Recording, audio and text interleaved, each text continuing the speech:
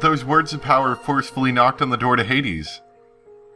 Her previous magic forcefully knocked on the door to Hades in the same way. However, that way was horribly violent, and earned the displeasure of the peacefully sleeping dead. However, this time was different. It was very forceful, but it was very gentle and loving. The dead near the door opened their eyes, and called out to the other dead that there was a voice calling for someone to come back. The sadness of that voice calling from the outside touched the hearts of the dead, and, trying to respond as quickly as possible, they searched for Shannon's lost soul.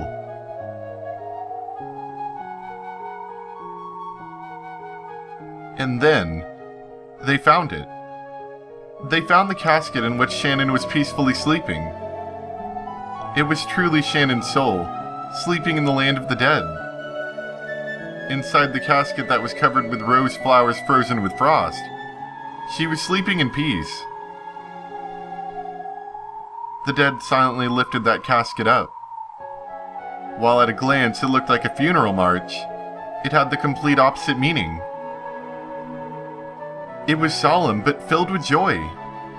The long-forgotten dead were made to remember that they were loved after their deaths, and that they were all given a warm sense of peace. Then, as though guided by a warm light from the heavens, Shannon's body floated up out of the casket. The dead watched her go. They squinted at that warm light, giving their respect to this unknown member of the living who had continued to hold on to his love for a person even after death.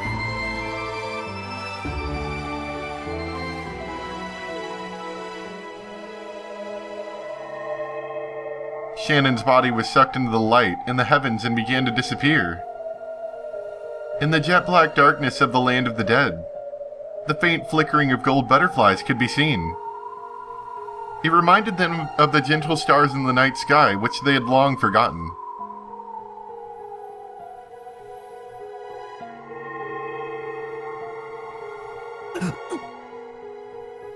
George remembered being told that he must not say anything, and he hurriedly covered his mouth. However, it felt like his heart was trying to jump into his throat, because he had seen Shannon's eyelids shake slightly. Then, those eyelids slowly opened.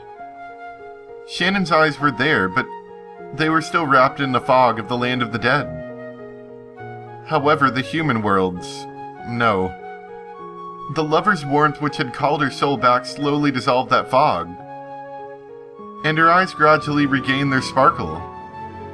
Then her eyes moved, and recognized George.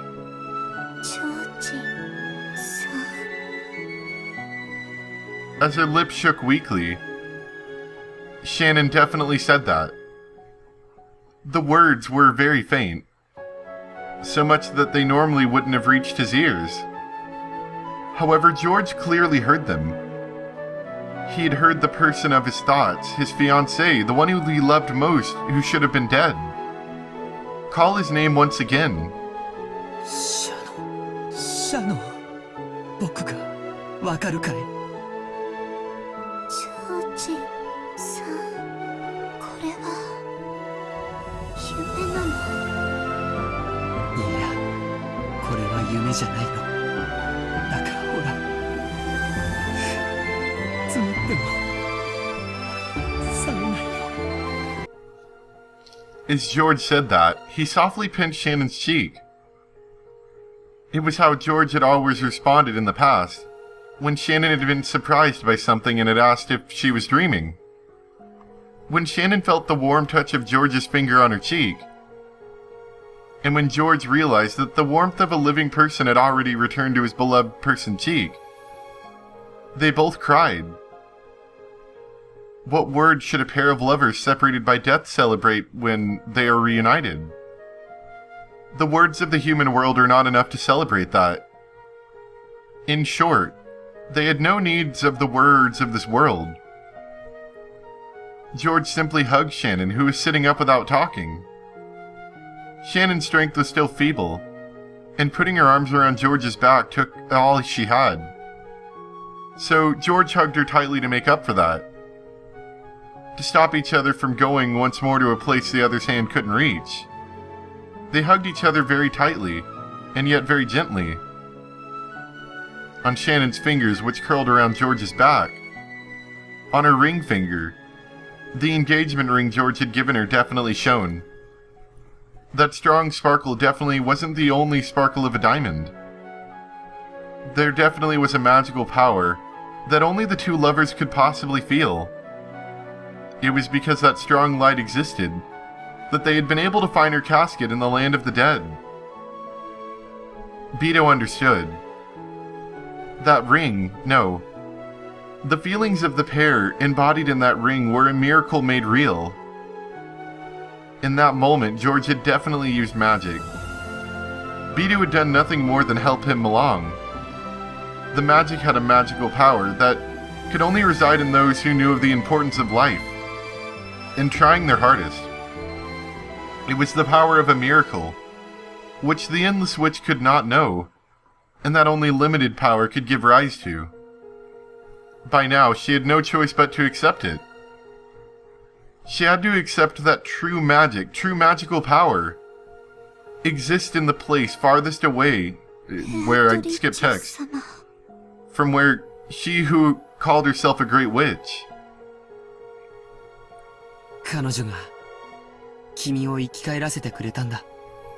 ありがとう、ベアトリーチェ。いや、わらわは何もできなかった。シャノンをよみがえらせたのは、そなたの魔力、そなたの魔法、奇跡を成し遂げる後ろ宮の血。確かに見届けさせてもらったぞ。ジョージさんが私を。わらわなど足元にも及ばぬほどの凄まじき魔力であったぞ。わらわなどはまだまだ見習いの域を出ぬか。今こそ身の程を知ろうぞ。Beto staggered backwards. Her physical strength was clearly exhausted. She'd humbly said that George's power alone had revived Shannon, but Beto had also used all of her magic and physical strength. And she reflected upon how difficult it was to revive a single life, which she had been able to play with however she wanted in the past. The couple kept on embracing each other tightly. By doing that, their feelings that couldn't be communicated with a billion words were communicated. ありがとう、ベアトリーチェ。君は僕たちの恩人だ。ありがとうございます、ベアトリーチェ様。再びジョージ様に会わせてくださったこのご恩を決して忘れません。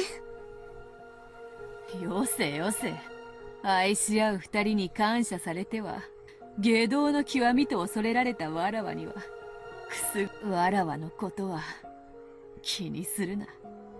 存分に再会を祝い合え。Beto, who was leaning on her back against the wall, slid down the wall still on her back and sat. How many centuries had it been since she had last grown this tired from using magic? I probably haven't been this tired since the time I first succeeded in magic. Didn't teacher praise me that time? Oh, but I didn't kill that teacher who praised me myself, didn't I?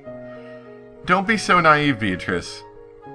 In the end, killing something isn't like that, right? ようやく魔法の使い方を思い出したようですね。頭ん中酸欠でカラッカラで思い出すもヘチマもねえぜ。それよりあんた殺したじゃねえかよ。 Yeah, we kind of jumped over that plot hole. 現れるんじゃねえよ。あなたが未だに私を生かしていますよ。だからこうして現れられます。もっともあなたの頭を撫でに来たわけでもありませんが。無様なわらわをわざわざ嘲笑いに来たかよ。それに隠居までした魔女が今さら頭なんか撫でられちゃそうですね。一人前どころか現役を退いたと豪語するあなたなのに、今頃になって魔法の使い方を覚えたなど恥ずかしくて誰にも言えませんね。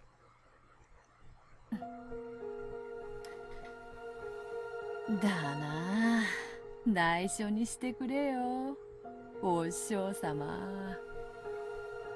Beto gazed at the couple hugging each other with a sense of pleasant despondency.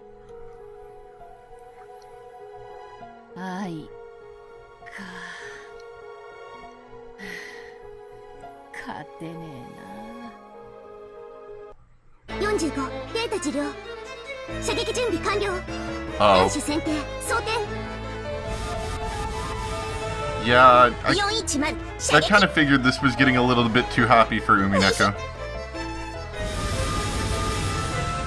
The gold snake arrow fired by the siestas weaved its way through the bushes in the rose garden. Something about a hedge climbed stone steps towards the mansion's entrance, aiming for the keyhole. It weaved through the corridors and flew into the keyhole on the door to the parlor. It had happened in an instant. It would have been difficult for Beto, who was completely worn out, to notice it beforehand. Right before Beto's eyes, the gold snake that flew in through the keyhole surrounded the two lovers and pierced the two hearts in the blink of an eye. Furthermore, the gold snake faithfully pierced the hole in Shannon's chest once more. The two hearts were pierced with the gold snake. No, with the gold sewing thread used by the new brutal witch's furniture. And in an instant so unfitting for the amount of effort it had taken to revive Shannon.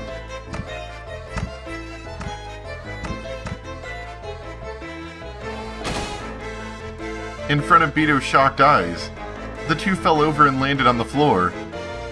ジョージ、サノン。ありがとう、ベアトリーチェ。 Didn't that pierce your heart? Aren't you dead? わずかの間でも合わせてくれてありがとう。 George spent his last breath thanking Beto, and died side by side with the one he loved. The gold snake, which still sewed the two in place, spun around like a large cyclone, that's the word, revolving around the inside of the parlor. It was searching for further prey in that room.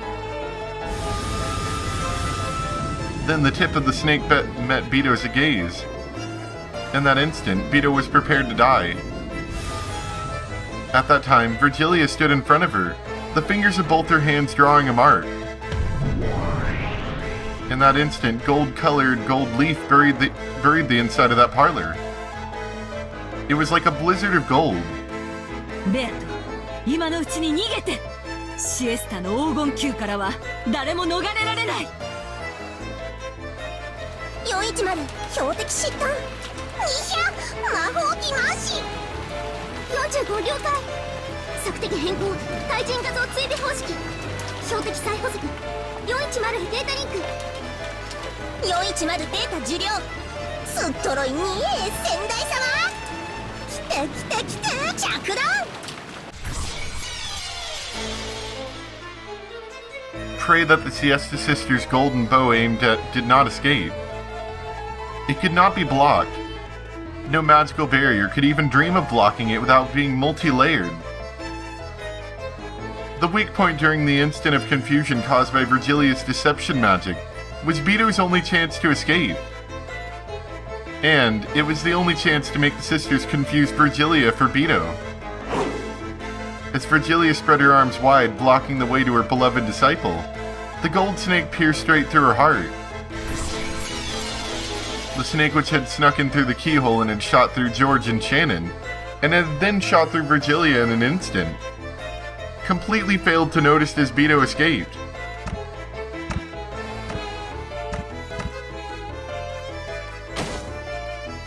As soon as Virgilia saw that Beto had gotten away, she expired.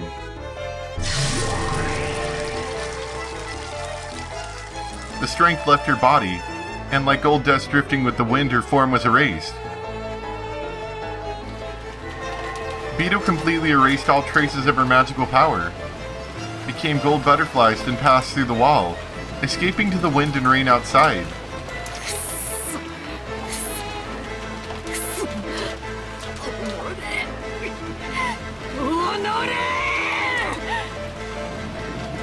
Beto felt regret from the bottom of her heart.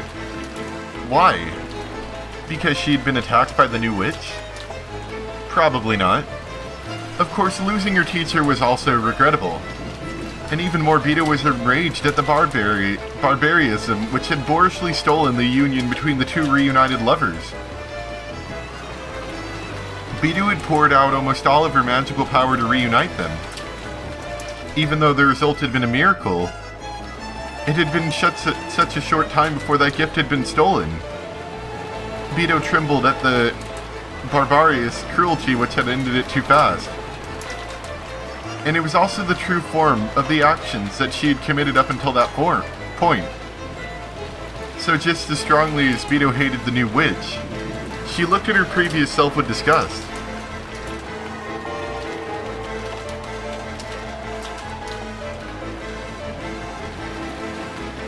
But now she had to escape. If she was targeted next, she would probably lose her life. It wasn't even funny that the chess player had descended like a god, and had been attacked by the pieces.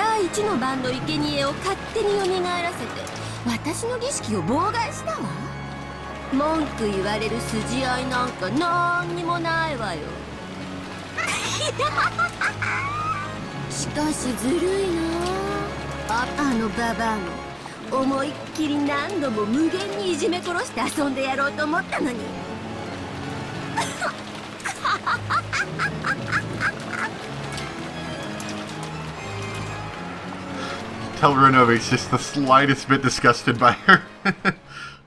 Just a little bit.